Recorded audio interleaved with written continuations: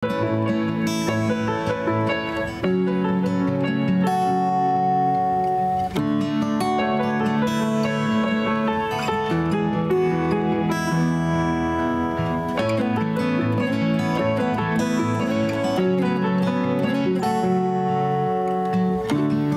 mula sa aklat ng Eksodo. Ito ang sinasabi ng Panginoon, huwag ninyong aapihin ang mga taga-ibang bayan, alalahanin ninyong nangibang bayan din kayo sa Ehipto, huwag din ninyong aapihin ang mga babaeng balo at ang mga ulila. Kapag inapi ninyo sila at dumaing sa akin, diringgin ko sila. Dahil dito, kapopuotan ko kayo at lilipulin sa pamamagitan ng digmaan. Sa gayoy mababalo rin ang inyo-inyong asawa at mauulila ang inyong mga anak. Kapag may nagsanla sa inyo ng balabal, ibalik ninyo iyon sa kanya bago lumubog ang araw sapagkat iyon lamang ang pambalot niya sa katawan. Wala siyang kukumutin sa pagtulog. Kapag siya'y dumaing sa akin, diringgin ko siya sapagkat ako'y mahabagin. Ang salita ng Diyos.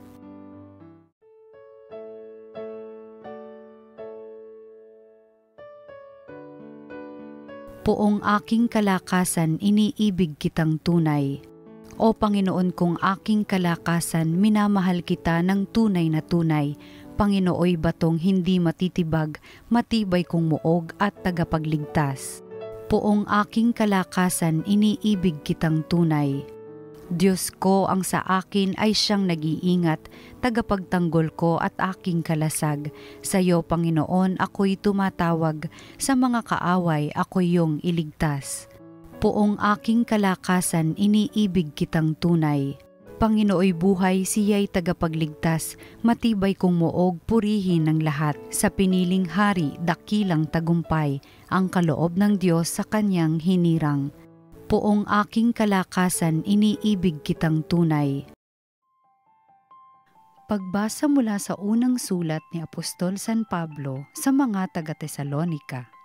Mga kapatid, nakita ninyo kung paano kami namuhay sa inyong piling. Ito'y ginawa namin para sa inyong kabutihan. Tinularan ninyo kami at ang Panginoon. Tinanggap ninyo ang mabuting balita at dahil dito'y nagdanas kayo ng katakot-takot na hirap.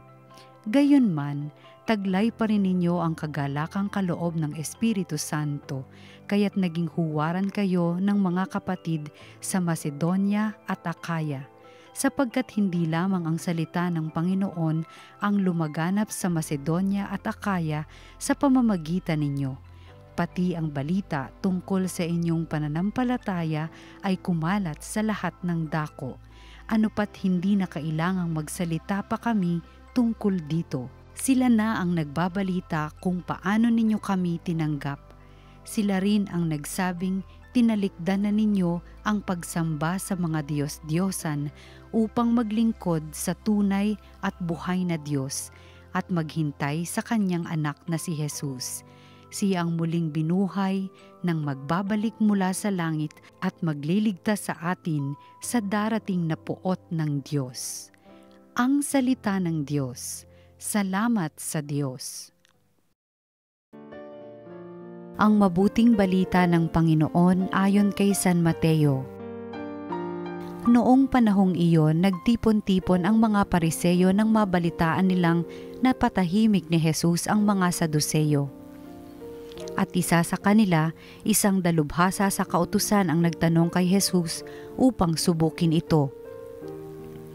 Guro, alin po ang pinakamahalagang utos sa kautusan?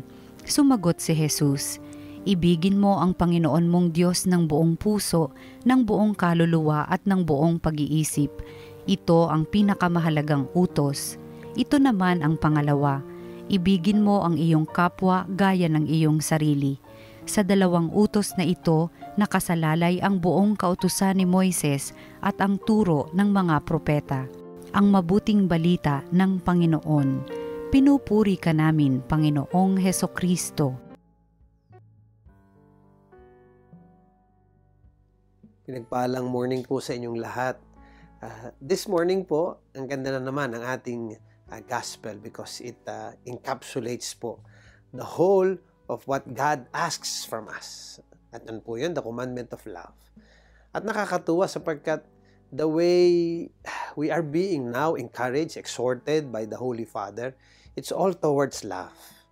Doon sa kanyang ginawang encyclical na Fratelli Tutti, ang ganda nung sinabi niya doon na, love builds bridges. And tayo bilang mga creatures of God, we were made for love. Ibig sabihin noon, talagang tayo, ang center and core of our being is love. At ito'y binuod sa gospel ngayon sa dalawa. One, love God above all. God above all. Since God is the source of all, God is the center of all, God love above all. And then, second, love our neighbor as ourselves. At dito na bubuod na yung ating pagiging Kristiyano.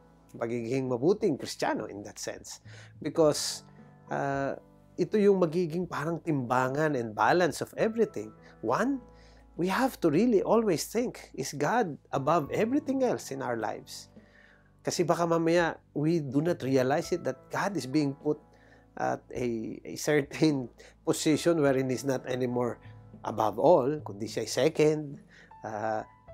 Lord, hayaan niyo muna tapusin ko ito bago kayo. Well then, may mali sa ating klase ng pag-ibig.